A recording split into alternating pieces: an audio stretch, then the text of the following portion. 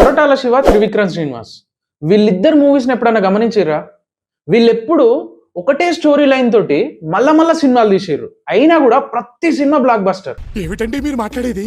అది కూడా ఒక స్టార్ హీరోని పెట్టి. త్రివిక్రమ్ మూవీస్ చూసుకుంటే మనం అతడు గాని, ఆ గాని, అత్తారింటికి దారేది గాని, ఈ మూవీస్లల్లా ఒక ఇల్లు ఉంటది. ఆ ఇంటికి దూరంగా అత్త గాని అమ్మ గాని ఎక్కడో ఉంటది. ఇప్పుడు హీరో వాళ్ళ ఇంటికి పోయి ఆ అత్త గాని అమ్మని గాని కన్విన్స్ చేసి వాళ్ళని ఇంటికి ఎట్లా పట్టుకొచ్చిండు, ఈ ఫ్యామిలీ మొత్తాన్ని ఎట్లా కలిపిండు అనేది త్రివిక్రమ్ శ్రీనివాస్ మూవీస్ లో చూసే కోర్ ఎలిమెంట్ మనకి ఇది. ఇక కొరటాల శివ మూవీస్ చూస్తే ఫస్ట్ నుంచి మిర్చి గాని, శ్రీమంతుడు గాని, భరత్ అనే నేను గాని, జనతా గ్యారేజ్ గాని, ఈ మూవీస్ అన్ని చూసుకుంటే మనం హీరో ఫాదర్ ఒకప్పుడు తోపు. ఆయనకు ఒక పవర్ఫుల్ సోషల్ రెస్పాన్సిబిలిటీ ఉన్న ఒక డ్రీమ్ ఉంటది ఆయనకు.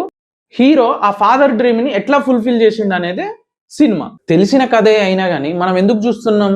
ఎందుకంటే అసలు మ్యాజిక్ కథలో లేదు, కథనంలో ఉంటది. కథనం అంటే స్క్రీన్ ప్లే.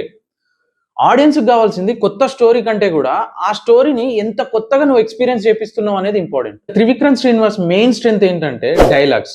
ఈ డైలాగ్స్ కి ఎంత పెద్ద ఫ్యాన్ బేస్ ఉన్నదో మీ అందరికీ తెలుసు, నేను చెప్పాల్సిన అవసరం లేదు.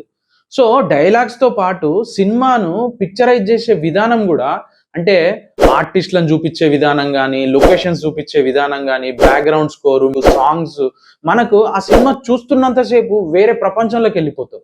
సో అంత బ్యూటిఫుల్ గా పిక్చరైజ్ చేస్తారు ఆయన.